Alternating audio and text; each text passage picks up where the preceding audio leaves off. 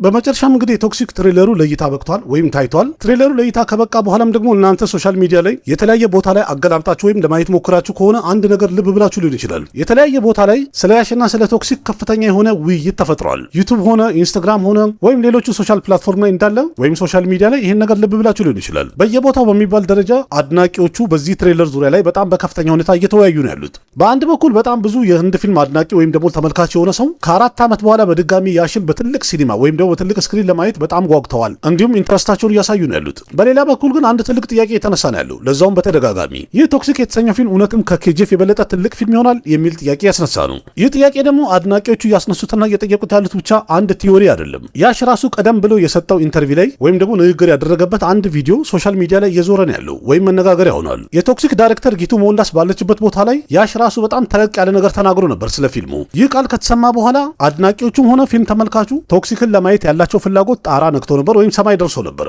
አክተሩ ያሽ ራሱ ደግሞ ከፊልሙ ጋር ተያይዞ ወይም ቶክሲክ ስለተሰኘው ፊልም ይሄን ያህል ከበድ ያለና ትልቅ ቃል ከተናገረ በትክክል ማየት ያለብን ቶክሲክ የተሰኘው ፊልም ላይ ምን አይነት ነገር አለ ከኬጂኤፍ ሊበልጥ ይችላል የሚባልበት ወይም ይበልጣል ያስባለበት ምን አይነት የተለየ ነገር አለ።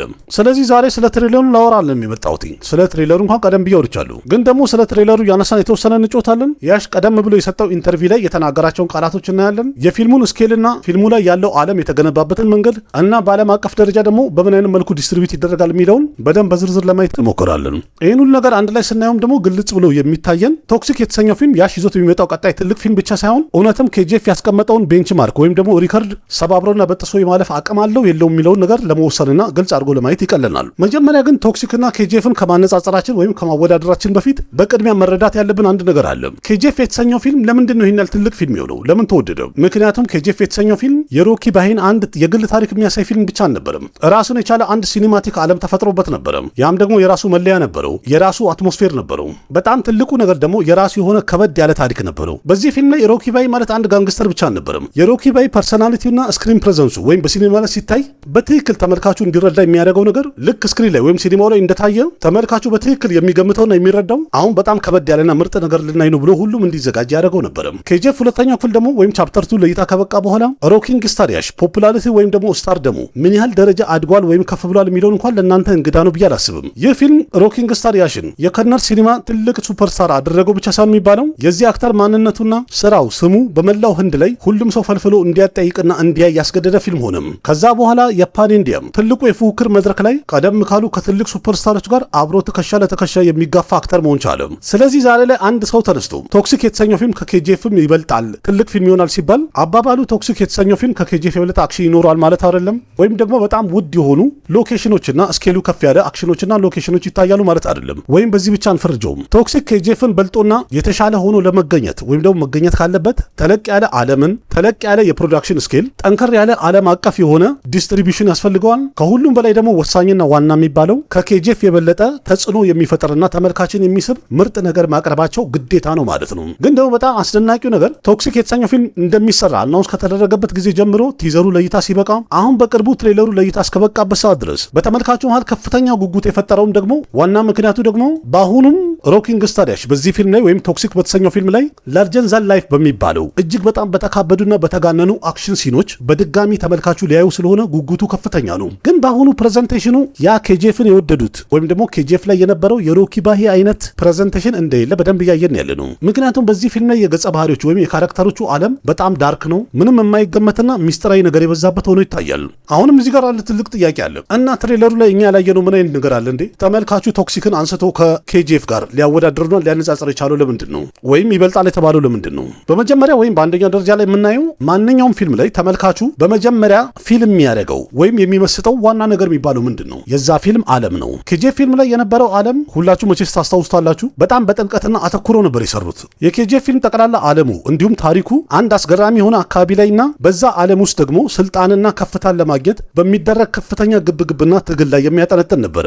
ሮኪም ደግሞ ገና ከልጅነቱ ወደዛ ዓለም ይገባል። ቀስ በቀስም ቦታውን እያገኘ እያደገ ከፍ እያለ ይመጣል። ከዛ በኋላ ያንን ሲስተም በሂደት ሙሉ ለሙሉ ይቆጣጠራቸውና የራሱ የሆነ አንድ ለየት ያለ ዓለም መፍጠር ይችላሉ፣ ወይም ደግሞ ከፍተኛ ስልጣን ይቆናጠጣል። የዛን ፊልም ዋና መሰረታዊ የሚባለውን መነሻ አይዲያውም ሆነ እስከ መጨረሻው ድረስ ተመልካቹ በጣም በቅርበት የሚያውቀው ታሪክ መስሎት እንዲታየው ማድረግ ችለዋል። ግን ደግሞ ጉዞውን እያደረገ ያለ ፊት ለፊቱ የሚመጣበት ቻሌንጆች፣ እንቅፋቶችን እንዲሁም ደግሞ እነሱን የተወጣበት ያስወገደበት መንገድ ሲታይ በተደጋጋሚ በተደጋጋሚ እንደዚህ ነገር ሲከሰት ያንን ፊልም ተመልካቹ በጣም እንዲወደውና በጣም ኤክሳይትመንቱ እንዲጨምር ማድረግ ችሎ ነበረም። የቶክሲክ ዓለም ግን ሴታፑ ሲታይ ገና አንድ ጊዜ ስናየው ቀደም ብሎ ካየነውና ከለመድነው ለየት ብሎ ይታያል። ቲዘሩ ላይም ሆነ ትሬለሩ ላይ አንድ አይነት ቦታ ላይም ሆነ በአንድ ጋንግስተር ታሪክ ላይ ሙሉ ለሙሉ እንደማያጠንጥን ፊልሙ እያሳየን ያለው። ለምን በተደጋጋሚ እንደዚህ ነገር አላየንም? የተለያየ ኢንቫይሮንመንቶች ይታያሉ፣ የተለያዩ ገጸ ባህሪዎችና ካራክተሮች ይታያሉ።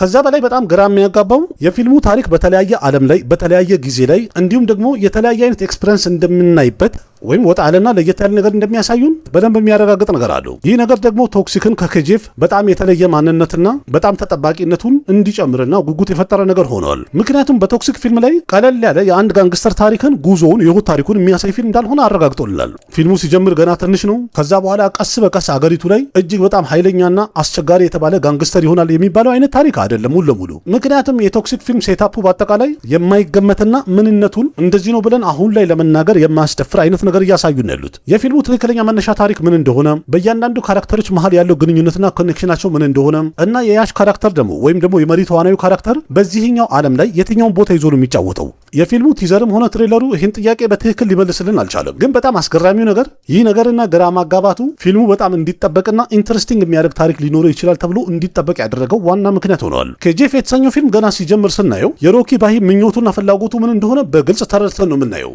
ምክንያቱም ቀደም ብለን ፍላጎቱ ምን እንደሆነና በየትኛው አቅጣጫ ለምን እየሄደ እንዳለ በደንብ ተረድተን ነው የምናየው። ግን የቶክሲክን ትሬለሩን እንኳን ሙሉ ካየን በኋላ ለዛውም ረዘም ብሎም እንኳን ቀርቦልን መገመት ብቻ ነው የቻልነው። ሁሉም ሰው የራሱን መላመት ማቅረብ ይችላል። የተለያዩ ሲኖችን ኮኔክት ማድረግና ማገናኘት ይችላል። ስለዚህ የፊልሙን ሙሉ ታሪክ እንዲህ ነው ብሎ እርግጠኛ ሆኖ ለመናገር ከበድ አድርጎታል። ምክንያቱም ፊልም ሜከሮቹ በትሬለሩ የፊልሙን ታሪክ ኤክስፕሌን ከማድረግና በዝርዝር ከማስረዳት ይልቅ የተወሰነ መልክ ብቻ ነው ያሳዩን። ወይም ደግሞ ፊልሙ ምን አይነት ሊሆን እንደሚችል እንዲሁም ደግሞ ምን አይነት ነገር ልታዩ ትችላላችሁ የሚለውን ነገር ሂንት ሰጥተውን ያለፉት። ለዛም ይመስላል በአሁኑ ቶክሲክ የተኛውን ፊልም ተመልካቹ ማየት የፈለገበት ዋና ምክንያት ያሽ ብቻ አይደለም። ራሱን የቻለ አንድ ሚስጥራዊ ዓለም ነው ይሄ በዚህ ፊልም ላይ ክሬት የተደረገውና የሚታዩ። በዛ ዓለም ውስጥ ደግሞ ከረጅም ጊዜ በኋላ የምናየው የሮኪ ባይ ካራክተር በየቦታው ሲሽከረከር እናየዋለን። በአንድ በኩል የተለያየ ገጸ ባህሪዎችን ይጫወታል። በእነሱ መሃልም ደግሞ ከፍተኛ የሆነ ኃይልን ለመቆጣጠር የሚደረግ ትግልም እንዳለ ያሳዩናል። በዛ መሃል ደግሞ አንዳንድ ሲቹዌሽኖችን ያሳዩናል። እነዚህ ነገሮች ደግሞ ለምን ይፈጠራሉ የሚለው ዋና ኮንቴክስቱ አሁንም ምንነቱን አልተረዳነውም። ማን ከማ ጋር እየተባበረ ነው ያለው? የየትኛው ካራክተር ትክክለኛ ዓላማ ምንድን ነው? ዋናው ደግሞ የያሽ ካራክተር ወይም መሪ ተዋናዩ በዚህ ሙሉ ዓለም ላይ ወይም በዚህ ሙሉ ታሪክ ላይ ዋና ፍላጎቱ ምንድን ነው ለሚለው እስካሁን ድረስ የዚህ ጥያቄ መልስ አላገኘንም። ማለትም ፊልሙን ስናይ ነው እነዚህን ሁሉ ጥያቄዎች መልስ የምናገኘው ማለት ነው። ምናልባትም ይሄ ነገር መሰለኝ ትሬለሩን ከአንድ ጊዜ በላይ ደጋግመን እያየን የሆነ ፍንጭ እንኳን ካለ ለመረዳት እንድንሞክር የሚያደርገን። ምክንያቱም ትሬለሩን በደገማችሁ ሰዓት በእያንዳንዱ ጊዜ 4 ጊዜ ብታዩት 4 አዳዲስ ነገር ታገኙበታላችሁ። አሁንም ደግማችሁ ብታዩት ደግሞ ሌላ አዲስ ተጨማሪ ካራክተር ወይም ገጸ ባህሪ ታያላችሁ። ወይም ደግሞ የሆነ ሲል ይታይና በትክክል ከዚህ ጀርባማ ያልተገለጸና የማናውቀው ታሪክ ተደብቋል ብለን እንድንወስን ያደርገናል። ስለዚህ የትሬለሩን ቪዥዋልና በፊልሙ ላይ የሚኖረውን ዓለም ገምተንና በተረዳነው ያህል ለፊልሙ ያለን ጉጉት ይሄን ያህል የሚጨምር ከሆነ የዛን ጊዜ እንግዲህ አስቡት ሙሉ ፊልሙ ለእይታ ሲበቃን የዚህ ዓለም ደግሞ አሁን ላይ የገመትናቸውና ያየናቸው እያንዳንዱ ነጥቦች እየተገናኙ አንድ በአንድ ወደፊት ታሪኩ እየፈሰሰ ሲሄድ የምናየው ወይም ፊት ለፊታችን የምናገኘው ኤክስፒሪየንስ ምን ያህል ትልቅ ሊሆን ይችላል። እንደዛም ሆኖ ግን አሁን በጣም አስፈላጊና ወሳኝ የተባለ ጥያቄ ይቀራል እና ታዲያ አንድ ተለቅ ያለ ዓለም በጣም ብዙ ገጸ ባህሪዎች እና ያልተገመተና ያልተጠበቀ ታሪክ አለው ተብሎ ስለተባለ ብቻ ቶክሲክ የተሰኘው ፊልም ኬጂኤፍን የሚያክል ትልቅ ፊልምን ሊበልጠው ይችላል ለማለት ያስደፍራል እንዴ ታዲያ?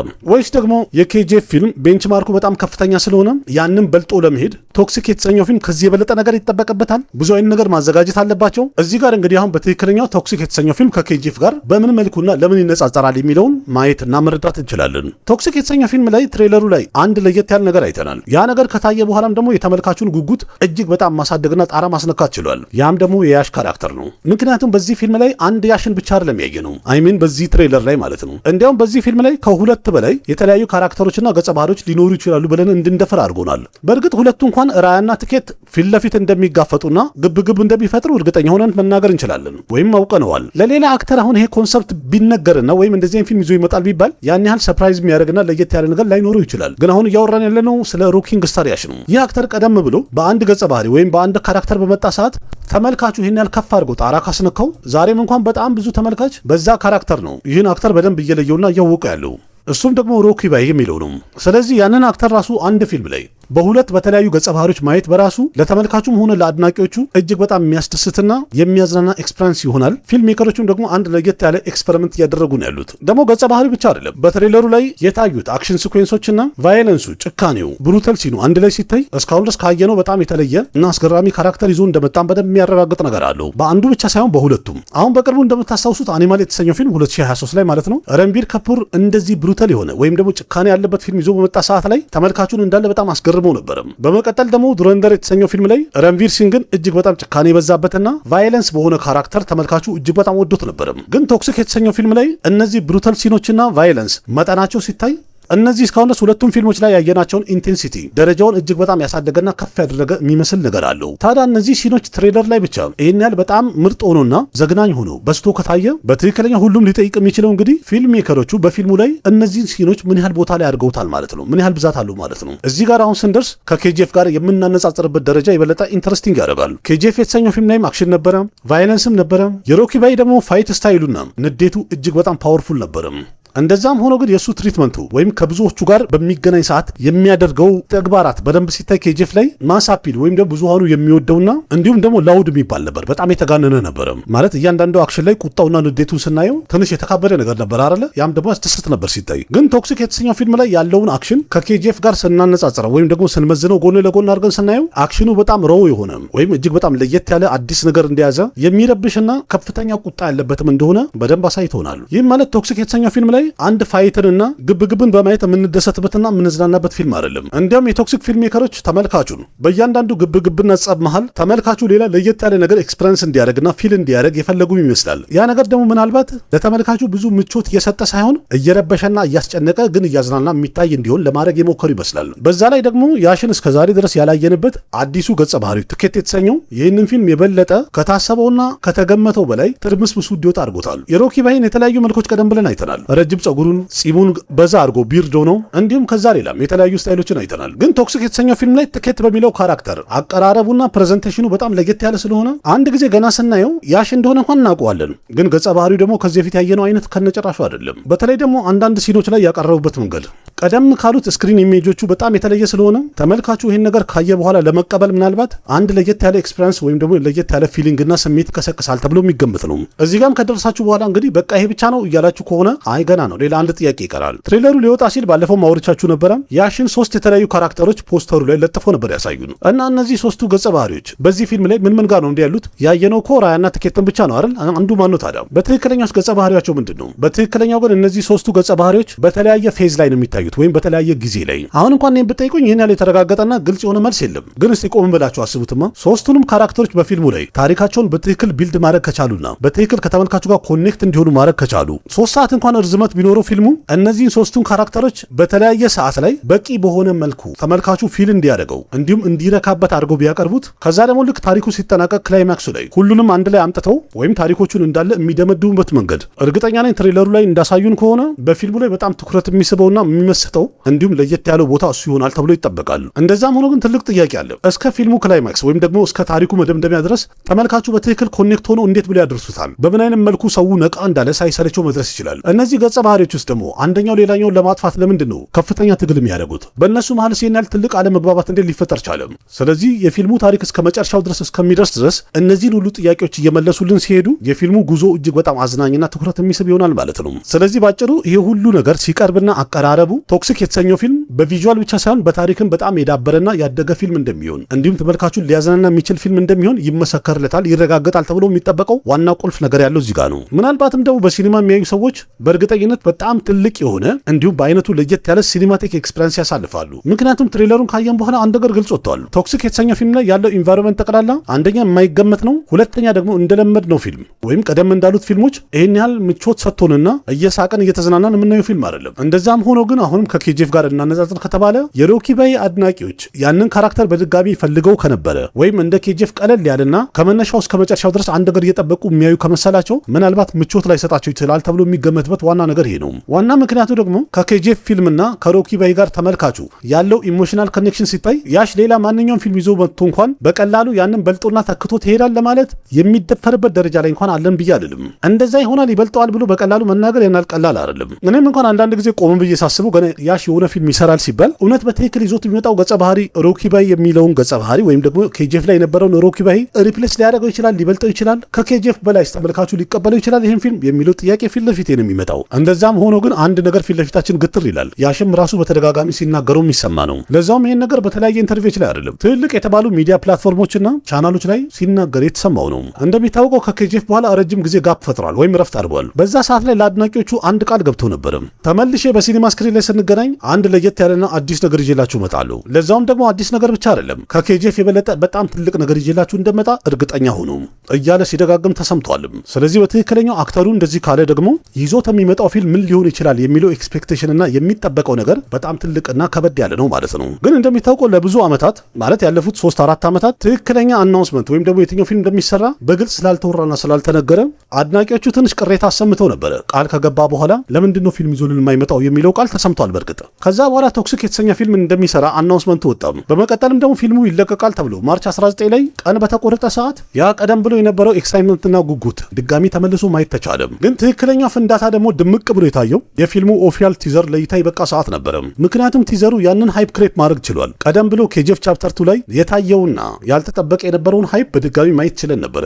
ምክንያቱም ቲዘሩ ለይታ እንደበቃ በአንድ ቀን ውስጥ ብቻ በ24 ሰዓት ውስጥ ከ100 ሚሊዮን በላይ አስገራሚ የሆነ ቪዎችን ማስተናገድ ችሎ ነበረ። በሁሉም ሶሻል ሚዲያ ደግሞ ሲታይ በአንድ ቀን ውስጥ ብቻ ከ300 ሚሊዮን በላይ ቪዎችን ማግኘት ችሎ ነበር ወይም ተመልካቾችን። እነዚህ ቁጥሮች አንድ ቪው ብቻ አልነበሩም ወይም የእይታ መጠን አልነበሩም። ያሽ በድጋሚ በትልቅ ስክሪን ላይ እስከሚመለስ ድረስ ተመልካቹ ምን ያህል በቁርጠኝነትና በጉጉት ያለ ትዕግስት እየጠበቀው እንደነበረ በደንብ የሚያሳይ ቁጥር ነው። በዛም የተነሳ ይመስላል በአድናቂዎቹ መሃል አንድ ጥያቄ በጣም ሲሰማ ነበረ። ያሽ የሆነ አዲስና ለየት ያለ ነገር እንደሚሰራልን እንኳን ቀደም ብሎ ቃል ገብቶልናል። በአሁኑ እንግዲህ በቃሉ መሰረት ይህን አዲስ ነገር በጣም ተለቅና ገዘፍ አደርጋለሁ ብሎ ተመልካቹ እንዳለ ከሮኪ ባይ ጋር የነበረው ኮኔክሽንና የነበረው ፍቅር ከነጭራሹ የሚበታተነውና የሚሰባብረው እንዳይሆን የሚል ፍራቻም ታይቶበታል። ግን ትሬለሩን ካየን በኋላ አንድ ነገር በግልጽ አይተናል። ያሽ ቀደም ብሎ የገባውን ቃል በትክክለኛ ያሟላ የሚመስል ነገር አለው። ቶክሲክ የተሰኘው ፊልም እንደ ኬጂኤፍ ነው ብላችሁ ከነጭራሹ እንዳትጠብቁ። የፊልሙን ቪዥዋልን ብንል ቶኑንም ብንል እያንዳንዱ ፊልሙ ላይ ያሉ ካራክተሮች ወይም ገጸ ባህሪዎች ደግሞ ከኬጂኤፍ አኳያ በጣም በተለየ አቅጣጫ እንደሚሄዱ በደንብ እያሳዩን ያሉት። እንደዛም ሆኖ ግን እዚህ ጋር አንድ ነገር አለ። ቀደም ብሎ ኬጂኤፍ የተሰኘው ፊልምን ይህን ያህል ከፍተኛና ጠንካራ አድናቂና ተመልካች እንዲኖሩ ያደረገው ነገር በፊልሙ ላይ የነበረው ስኬሉ፣ አክሽኑ እንዲሁም ደግሞ የሮኪ ባይ እጅግ በጣም የተካበደና የተጋነነ አክሽኑና ስታይሉ ብቻ አልነበረም። እዛ ፊልም ላይ ልብ ካላችሁ አንድ ነገር ነበረም። ያ ነገርም ደግሞ በትክክለኛው ኬጂኤፍ የተሰኘው ፊልም ላይ የነበረውን ኢሞሽን ወይም ስሜትና የአክተሩን እንዳለ ሙሉ ጉዞውን የራሱ አድርጎ እንዲሰማው ያደረገ ነገር ነበረም። ቶክሲክ የተሰኘው ፊልም ላይ ደግሞ ይሄ ኤሌመንት ወይም እነዚህ ነገሮች በትክክለኛው በአግባቡ መቅረብ ካልቻሉ የፈለገ ስኬሉ ከፍ ቢል እንደፈለገ ብሩታል ቢበዛበት እንዲሁም ደግሞ በጣም ያማረና ጊዜውን የጠበቀ ደረጃውን የጠበቀ ቪዥዋል አለው ቢባል እንኳን ፊልሙ ይህንን ፊልም ከኬጂኤፍ እኩል ደረጃውን ከፍ ማድረግ ያን ያህል ቀላል አይሆንም። እዚህ ጋርም ግን አንድ ወሳኝ ነጥብ አለ። ያን ደግሞ ችላ ብለን ልናልፈው ትንሽ ይከብዳል። ቶክሲክ የተሰኘው ፊልም በተደጋጋሚ የሚለቀቅበት ቀን በተራዘመ ሰዓት ላይ የተለያየ ቦታ ላይ ኢንተርቪው ሲደረግለት ወይም ሲጠየቅ ያሽ ራሱ በግልጽ ተናግሮ ነበረ። ከነዛ መሃል ዋና ምክንያቱ የነበረው ይህንን ፊልም በዓለም አቀፍ ደረጃ ዲስትሪቢዩት የማድረግና ብዙ ተመልካች ጋር የማድረስ ስትራቴጂ ነበረ። በተለይ ደግሞ ሩቅ ምስራቅ ሀገራት ውስጥ ወይም አረብ ሀገራት ላይ የነበረው የጦርነት ሁኔታ ሁላችንም የምናውቀው ነው። በዛ የተነሳም ይመስላል ፊልሙ የሚለቀቅበትን ቀን በተለያየ ቀን ላይ ቀኑ ሲራዘም ነበር ተብሏል። ይህን ማለት ፊልም ሜከሮቹ የህንድ ገበያን ብቻ አይተው አልነበረም ፕላን ያደረጉት። ከመጀመሪያም ጀምሮ ታርጌታቸው ወይም ዓላማቸው የነበረው በዓለም አቀፍ ደረጃ ያለውን ተመልካችን ትኩረት ያደረገ ስራ እየሰሩ ነበር ማለት ነው። የዚህ ደግሞ ትልቁ ማሳመኛና ምክንያት የሚባለው ቶክሲክ የተሰኘውን ፊልም በከነድ ቋንቋ ብቻ አይደለም። ፊልሙ ሲሰራ ራሱ በከነድ እና እንግሊሽ ወይም በእንግሊዝኛ ቋንቋ በኩል ሰዓት ነው ቀረጻ የተደረገለት። ይህም ማለት ፊልም ሜከሮቹ ይህንን ፊልም ወይም ቶክሲክ የተሰኘውን ፊልም ዳብ ተደርጎ ወይም ተተርጉሞ ሳይሆን በትክክለኛ በራሱ ቋንቋ ተሰርቶ ኦሪጂናል በሆነ መልኩ ኤክስፒሪየንስ እንዲያደርጉና ኦሪጂናል ስራ ለማቅረብ እየጣሩ ነበር ማለት ነው፣ ወይም ተረዋል ማለት ነው። ይህን ነገርም በእርግጥ ሌላ ተለቅ ያሉ የህንድ ፊልሞች ላይም አይተነዋል። በእነዚህ ፊልሞች ላይ ደግሞ የአክተሩን የከንፈር እንቅስቃሴ ልብ መሰረት አድርገው በተለያየ ቴክኖሎጂ ንግግሩን ወደ ተለያየ ቋንቋ ለመቀየር ተሰርተዋል። ማለትም ልክ ሊፕሲንጉን የከንፈሩን እንቅስቃሴ ትኩረት አድርጎ በኤአይ ደብ አድርገው ወይም ደግሞ ተርጉሞ ሲያቀርቡ ልክ ራሱ የሚናገር አይነት ፊሊንግ እንዲሰጥ ተደርጎ ተሰርቷል። ከነዛ ፊልሞች አኳያ ስናየው የቶክሲክ አፕሮቹ በጣም ለየት አድርገውታል። ምክንያቱም በቶክሲክ ፊልም ላይ ያለው የያሽ ኤክስፕሬሽኑ፣ ንግግሩ እንዲሁም ፐርፎርማንሱ ትወነው ናቹራል በሆነ መንገድ ተመልካቹ ጋር እንዲደርስ ጥረት አድርገዋል። ግሎባል ኦዲየንስ ጋር ደግሞ ፊልሙን ለማድረስ ሲሉ ፊልም ሜከሮቹ በጣም ለየት ያለ ስትራቴጂም ተጠቅመዋል። ላዮን ጌትስ ከተሰኘው ዓለም አቀፍ ዲስትሪቢዩሽን የፊልም ካምፓኒ ጋር ኮላቦሬት ማድረጋቸው በጣም ትልቅ ውሳኔ የሚባለው ነው። በዓለም አቀፍ ደረጃ ብዙ ፊልሞችን ፕሬዘንት በማድረግ የሚታወቅ ትልቅ ስቱዲዮ ነው ላዮን ጌትስ ማለት። ስለዚህ ከቶክሲክ ፊልም ሜከሮች ጋር ዲስትሪቢዩሽን ቢዝነስ ላይ አብሮ መሳተፉ እና ሼር መውሰዱ ይሄ አንድ ተራ የተባለ የቢዝነስ ዲል አይደለም። የፊልሙ ፕሮዲውሰር ፕሮዲውሰሮች በአጠቃላይ ይህንን ፊልም በህንድ ገበያ ብቻ የተከለለና የተገደበ እንዲሆን ከነጨራሹ ፍላጎት የላቸው። ይህም ማለት ያሽንም ሆነ ቶክሲክን በዓለም አቀፍ ደረጃ የተለያዩ ፊልም ተመልካቾች ጋር እጅግ በጣም በኃይለኛውና በሰፊው ለማድረስ ትልቅ ጥረት እያደረጉ ነው ያሉት። ምናልባትም ደግሞ ያሽ ቀደም ብሎ ቃል የገባውን ተለቅ ያለና ከበድ ያለ ነገር ይዤ እመጣለሁ ያለውን ነገር በትክክልም ተግባራዊ ያደረገበት ዋና ምክንያትና መንገድ ይሄ ነው ተብሎ እንዲገመት አድርጎታል። ምክንያቱም በአሁኑ ሰዓት ላይ የያሽ ስታርደሙና ዝናው በህንድ ውስጥ ብቻ የተገደበ አይደለም። በሌላ በኩል የሚሰራው ፊልም ወይም ይዟቸው የሚመጣ ፊልም በዓለም አቀፍ ደረጃ እየተወራና እየተነገረ ነው ያለው፣ መነጋገሪያ ሆኗል። ያ በራሱ ደግሞ አንድ ለየት ያለ ነገር ነው ለአንድ አክተር። እስቲ አሁን ይህን ጊዜ አስቡትማ። በህንድ ሲኒማ አንድ ለየት ያለ ጊዜ ተፈጥሯል፣ ወይም ደግሞ የደረስንበት ጊዜ ለየት ያለ ነው። ሁለት በጣም ትልልቅ የተባሉ ፊልሞች በ10 ቀን ለውጥ ውስጥ ትሬለራቸው ለእይታ በቃም። በአንድ በኩል ራማይና የተሰኘው ፊልም ትሬለሩ ለእይታ በቅቷል። በዚህ ትሬለር ላይ ወይም በፊልሙ ላይ ደግሞ ከፍተኛ ቦታውን የያዘውና መነጋገሪያ የሆነው የራቨን ካራክተር ነው። ከዛ በመቀጠል ደግሞ የቶክሲክ ትሬለር ለእይታ በቃም። በራያና በቲኬት መካከል ያለው ነገር ምንድነው የሚለውን ኦዲየንሱም ሆነ አድናቂዎቹ ከፍተኛ ውይይት ፈጥረውበታል፣ እየተነጋገሩበትና የተለያየ ቲዮሪዎች እየተነሱ ነው ያሉት። ማለትም አስቡት አንድ አክተር ለ4 ዓመት ያህል ጋፕ አድርጎ ነበር፣ እረፍት አድርጎ ነበር። ግን ደግሞ ወደ ሲኒማው ካምባክ ለማድረግ የመረጠው ስትራቴጂና መንገድ ቀደም ብለን ካየናቸው ኖርማል ካምባኮች እጅግ በጣም ተለይቶና ገዘፍ ብሎ ይታያሉ። አንድ አክተር ከ4 ዓመት በኋላ ወደ ሲኒማው ተመልሶ ቀደም ያለ ኢምፓክቱን ወይም ደግሞ ዝናውን መልሶ ካምባክ ማድረግ ከፈለገና ማስመለስ ከፈለገ በአሁኑ ሰዓት ላይ ያሽ እያደረገ ያለው ነገር እንዲሁም ተግባሩ ምናልባት ለሌሎች አክተሮች በጣም ትልቅ ምሳሌ ይሆናል የሚባል ነው። ምክንያቱም እሱ ፊልም ብቻ አይደለም የመረጠው፣ አንድ ለየት ያለ ፕሮጀክት ነው የመረጠው። የፊልሙ ስኬልም ሆነ ካስት፣ በፊልሙ ላይ ያለው ቪዥዋል ዓለም፣ በዓለም አቀፍ ደረጃ ዲስትሪቢሽኑ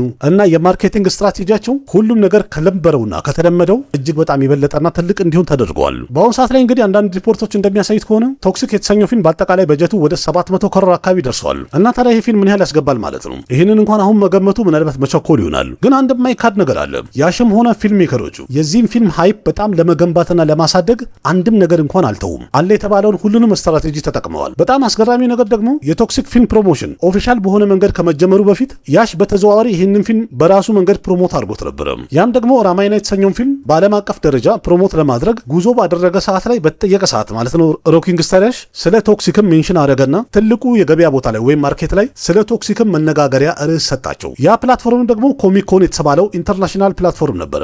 ይህ ስቴጅ ማለት እንግዲህ ወይም ኮሚኮን የተባለው ፕሮግራም ማለት ማንኛውንም ፊልም ዓለም አቀፍ ደረጃ ትኩረት ውስጥ እንዲገባ የማድረግ አቅም ያለው መድረክ ነው፣ ወይም ደግሞ ተደማጭነት ያለው ቦታ ነው። በዚህ ቦታ ላይ ደግሞ ያሽ ያደረገው ነገር ቶክሲክን በቀጣይ የሚወጣ የህንድ ፊልም ብቻ ተብሎ እንዲታለፍ አልፈለገም። ምክንያቱም ገና ከመጀመሪያም በዓለም አቀፍ ደረጃ ሊታይ የሚችል አንድ ለየት ያለ ሲኒማ ለማድረግ ሲጣጣሩና ሲገነቡ ነበርና አሁን በመጨረሻ እንግዲህ የሙሉ ታሪኩ የመጨረሻው ክፍል ላይ ደርሰናል። እዚህ ውስጥ ደግሞ ቶክሲክ ለተሰኘው ፊልም ትልቁ ፈተና ምን እንደሆነ በግልጽ የሚያሳይ ነው። ቀደም ብሎ ያሽ ራሱ ቶክሲክ የተሰኘው ፊልም ከኬጂኤፍም እንኳን በጣም የበለጠ ይሆናል ብሎ በተናገረ ሰዓት በዚህ ሰዓት ላይ አንድ ስቴትመንት ወይም ደግሞ ኢንተርቪው ብቻ አይደለም ያደረገው። እንዲያውም በስራ ህይወቱ ላይ በጣም ትልቅ ሪከርድ ያስቀመጠው ፊልምን ፊት ለፊቱ በቀጣይ እየሰራ ያለው ፊልምን አምጥቶ አቆሞ ማለት ነው። ወይም ሁለቱ ፊልሞች እንዲወዳደሩና እንዲፎካከሩ ማድረግ የቻለው እኛ ሳንሆን ራሱ ያሽ ነበረ። ግን በግልጽና በታማኝነት ስናገር ደግሞ ምናልባት ይሄ ነገር እንደዚህ ማለቱ ቶክሲክ ለተሰኘው ፊልም በጣም ትልቁ አድቫንቴጅ ይሆናል። በዛውም ግን ይሄ ነገር ራሱ ትልቅ አደጋ ወይም ዲስአድቫንቴጅም ሊፈጥርበት ይችላል ተብሎ ይሰጋል። ቀደም ብዬ እንዳልኳችሁም ደግሞ ኬጂኤፍ የተሰኘውን ፊልም በአክሽኑ በስኬሉ እንዲሁም ደግሞ ሮኪ ባይ በጣም እያካበደ ፊልሙ ላይ ኢንትሪ ሲኑን ስላየን ብቻ አይደለም የሚወድድ ነው። ከሮኪ ባይ በስተጀርባ አንድ ስሜትን የሚነካ ለየት ያለ ጉዞ ያለው ታሪክ አይተን ነበረም። የእሱ ትግሉ ነበረ፣ ምኞቱም ነበረ፣ ከወዳጆቹ ጋር የነበረውም ጠበቅ ያለ ዝምድናም ፊልሙ ላይ በደንብ አይተን ነበረም። እነዚህ ነገሮች ደግሞ ተደምረው ዛሬም ድረስ ተመልካቹ ከኬጂኤፍ ፊልም ጋርም ሆነ ከሮኪ ባይ ካራክተር ጋር በጥልቀት ኮኔክሽን እንዲፈጥሩና እንዲወዱት ያደረጉት እነዚህ ነገሮች ነበሩ።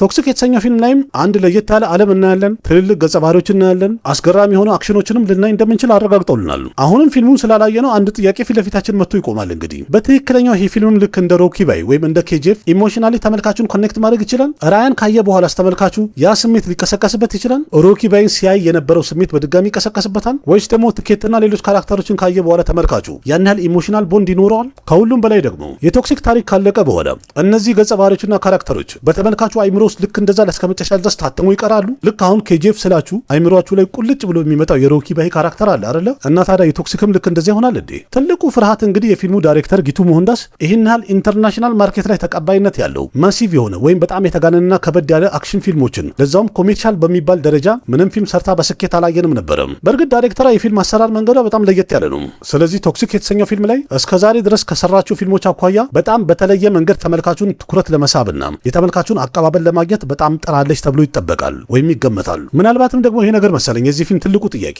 ምክንያቱም ቶክሲክ የተሰኘው ፊልም በቪዥዋል ኢፌክትና በሲጂአይ ብቻ ትልቅ ለማድረግ ተሞክሮ ከሆነ የኬጂኤፍን ስኬሉን ብቻ ነው ቻሌንጅ የሚያደርገው ማለት ነው። ግን ደግሞ የኬጂኤፍ ፊልምን ኢምፓክቱን ወይም ደግሞ ተጽዕኖውን በልጦና አልፎ መሄድ ከፈለጉ የተመልካቹን ልብ መኮርኮር አለባቸው ማለት ነው። የዚህን ጥያቄ መልስ ደግሞ በእርግጠኝነት ፊልሙ ለእይታ በቅቶ ስናየው የምናውቀው ነው ማለት ነው። ከሆነና ከተሳካልን በሲኒማ ካልሆነ ደግሞ በለመድ ነው። አሁን እንኳን ስለ ትሬለሩ እናውራ ከተባለ በአጠቃላዩ አንድ ነገር በግልጽ ታይቶኛል።